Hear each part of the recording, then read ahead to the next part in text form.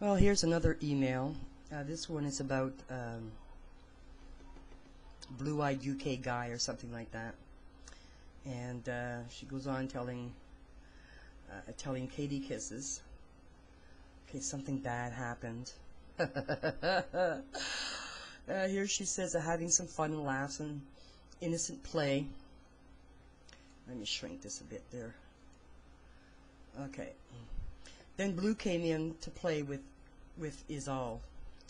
He was joking around with us. I was joking like usual and said talk dirty to me. And he said back to me, didn't you get enough when I was in PMs with you last night? Susie said something, then I replied, Susie, I was playing with his hard drive, meaning his body, not his friggin' PC. A very sexually overtoned innuendo. See, she fucked up there. Well, suddenly, he sort of got distracted with Lisa K, Sugar, sending him PNs. Then he said that she would have to add him in order for them to get through. Then said that anyone could add him if they wanted to. I was in shock, thinking that if he wasn't very selective, well, fuck that all to hell. Then he was off chatting to her and left the room by putting the window down on the taskbar, parking it.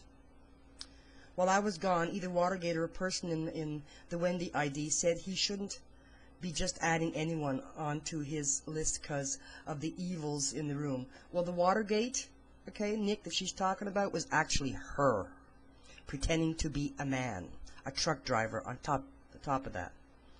Anyway, she goes on. She is so fucking jealous. It goes on here. Suddenly, when he finished his PMs with Lisa and with those two people giving him hints, he left the room and suddenly PMs appeared to me, saying this. Why do people think because you talk to someone, excuse me, you're up to something? Jeez. I had a talk with him about this and said, if you're going to add everyone, and everyone what did that say about him if he wasn't selective? Well, she said somebody else said it, now she's saying she did? She fucked up there. Truly fucked up. Okay, while I was gone, either Watergate or the person in the Wendy ID said he shouldn't be just adding anyone in the list because of the evils in the room, so on and so forth. Then she turned around and she said, I had a talk with him about this and said that you were going to add anyone. She fucked up, man. And then he says, okay, sweetie, something you said made me sit up and think. And she says, which was? About you messing with my hard drive and being a programmer and all. You get my drift? That wasn't your hard drive I was referring to. She makes that little fucking flirty face of hers. Then he clarified here that I was insinuating that I would hack his little PC for fuck's sakes. I guarantee to you I am farthest of all people you would ever meet to worry about. That's what they all say, he says. Then she starts to cry. This is all very cruel. Because you judged me wrongly and have severely hurt me because I never gave you a reason. Now you have me crying and upset.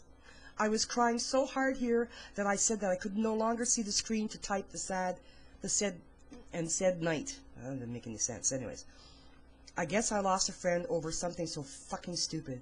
As if he could ever think I was that cruel. We had talked every day since we first met, and he never gave, and I've never given him a reason whatsoever to distrust me like that.